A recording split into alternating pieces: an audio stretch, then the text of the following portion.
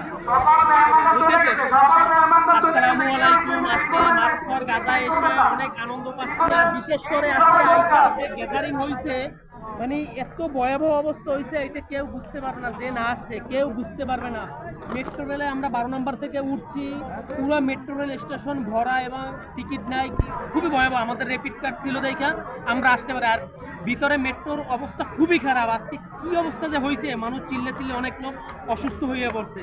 আর বিশেষ করে আমরা আসছি, আয়োজন শেষ হয়ে গেছে, আর বেশিরভাগ মানুষ বাইরে, কারণ সবাই ঢুকতে পারে না সরোয়ার্দী উদ্যান, কারণ পুরো সরোয়ার্দী উদ্যান লোক ভরা, পুরো ফিল আপ, কোনোভাবে ঢোকার কোনো নেই। আমরা সারাক্ষণ থাকার পরে স্টেজের সামনে আসতে পারি নাই, আমাদের পুরো পাটা অবস্থা খুবই খারাপ, সব লোক বাইরে, অনেক লোক অসুস্থ হয়ে গেছে এখানে, মানে খুবই ভয়াবহ অবস্থা হয়েছে। প্রায় 10 লাখ প্লাস লোক হবে।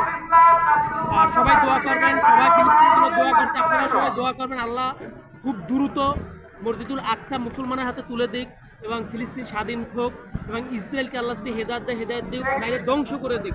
সবাই ভালো থাকবেন, আর বিশেষ করে ইসরায়েলি পণ্যগুলো সবাই বয়কট করবেন, কারণ আমরা বাংলাদেশ থেকে আমাদের যতটুকু করা দরকার আমরা এতটুকু প্রতিনিন্দা জানাচ্ছি এবং তীব্র নিন্দা জানাচ্ছি। এখন যা পারবো আমরা সেটাই করতে হবে, কারণ আমাদের হাতে যতটুকু ক্ষমতা আছে আমরা অতটুকু করবো।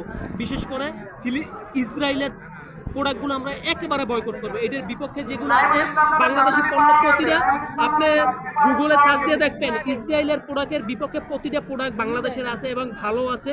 আপনি একটু চেষ্টা করেন বাংলাদেশি প্রোডাক্টগুলো, কারণ